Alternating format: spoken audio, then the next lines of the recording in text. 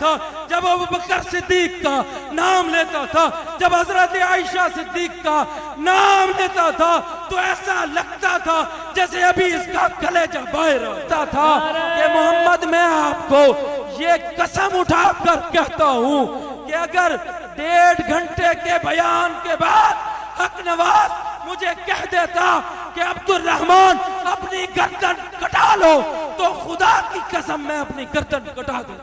अब तशरीफ लाते हैं जनाब हर दिल अजीज शख्सियत मरकजी जनरल सेक्रेटरी सदाए हसन पाकिस्तान जनाब हाफिज मोहम्मद भट्टी साहब तशरीफ लाएं और अपने ख्यालात का इजहार फरमाएं।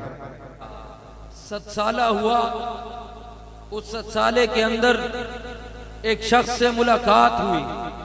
उस मुलाकात से जो कुछ मैंने सीखा वो आपने गुज़श्ता दिनों में मेरे अंदाज से देखा होगा, और वो बात मैं आपको इसलिए बतलाने लगा हूं कि इंशाअल्लाह उल अजीज वो बात आपके काम आएगी। नौशेरा के अंदर 7 साल के अंदर एक कैंटीन पर, चूंकि मैं भी थोड़ा बहुत मौलवी हूं, हलवा नोश फरमा रहे थे।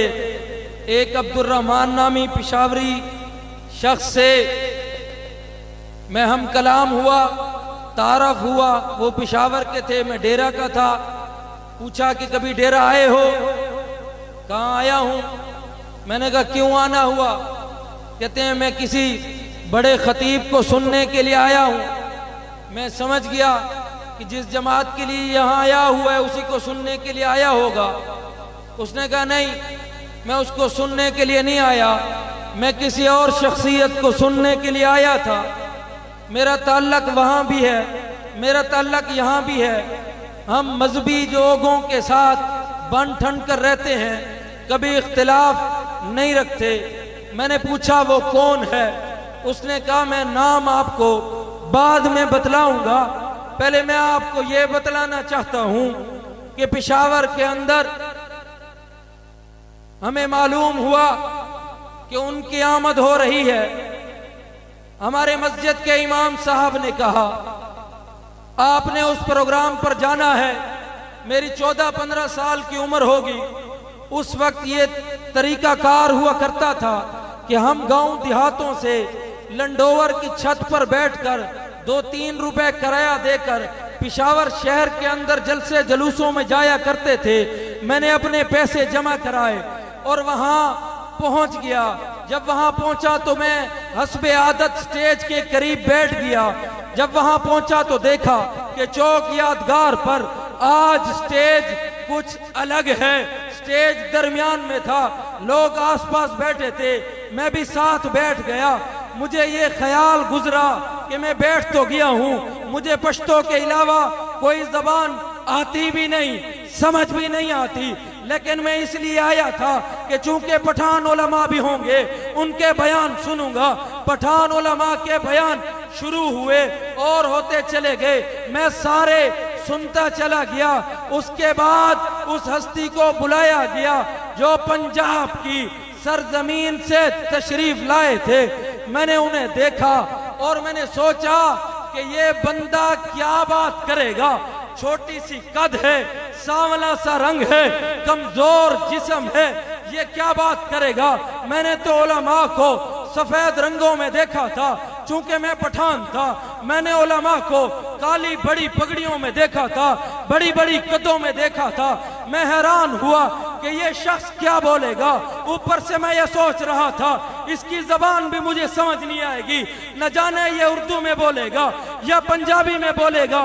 चूंकि मैं मेजबान था, मैं पठान था और मेरी आदत है कि मैंने मेहमान नवाजी करनी थी। उसी मेहमान नवाजी की खातिर मैं वहीं बैठा रहा और मैंने सुना वो शख्स जब बोलना शुरू हुआ उसने कहा अल्हम्दुलिल्लाह अल्हम्दुलिल्लाह से बोलना शुरू हुआ।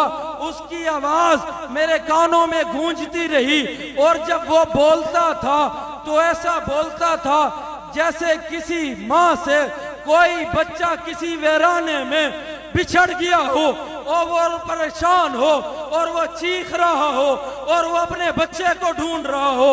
और ऐसा लगता था जब किसी बाप के सामने किसी बच्चे के गर्दन पर छुरी चलाई जा रही हो मगर वो बेबस हो, कुछ कह ना सकता हो। ऐसा तड़पता था जब सहाबा का नाम लेता था। वो कहता था मुझे और कोई बात समझ नहीं आती थी, बयान उर्दू में था, लेकिन जब वो अमीर मुआविया का नाम लेता था, जब अबू बकर सिद्दीक का नाम लेता था, जब हजरत आयशा सिद्दीक का नाम लेता था, तो ऐसा लगता था जैसे अभी इसका कलेजा बाहर आए। नारे तकबीर, ताजदारे खत्मे नबूवत, शाने सहाबा, शाने सिद्दीक़े अकबर, शाने अमीरे मुआविया, शाने अम्मी आयशा सिद्दीका। तेरी आवाज मेरी आवाज, तेरी आवाज मेरी आवाज। उलमाए हक, उलमाए देवबंद। अब मुझे ये तो नहीं पता कि मैं आपको बुलवाऊं या नारे मारने वाले साहब आपको बुलवाएं।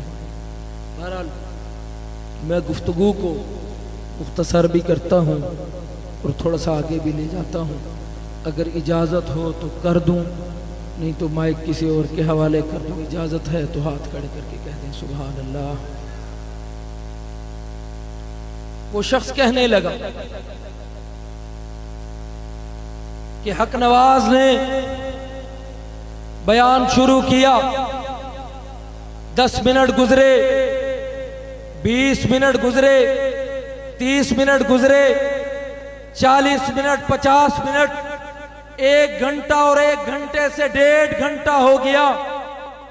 और उसने कहा इस 1.5 घंटे के अंदर मुझे सहाबा व अहले बैत के नाम के अलावा कोई नाम समझ नहीं आया, कोई बात समझ नहीं आई।